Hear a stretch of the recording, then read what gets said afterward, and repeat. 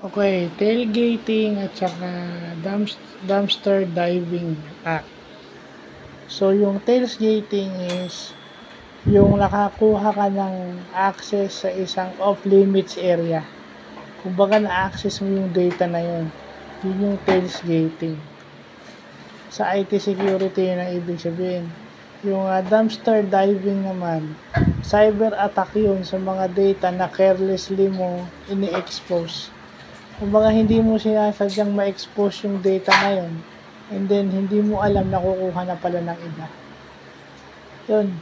Sa hindi mo pag-iingat, nakukuha at napagsasamantalahan ng iba yun. Yun yung dumpster diving attack.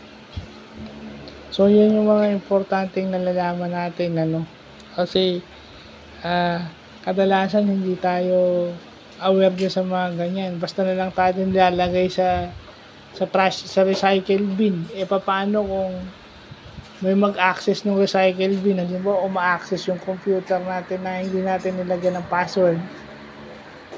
Kasi hindi naman natin gagamitin So, lagay na natin sa recycle bin. So, yun yung importante na may sariling password yung stand-alone computer mo. Kasi baka kahit yung file sa recycle bin mo makuha.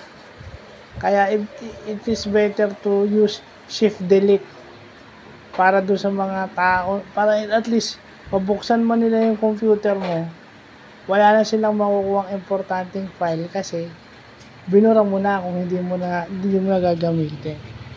So, importante pa rin na yung Windows mo o yung computer mo ay may password. So, yun lang po.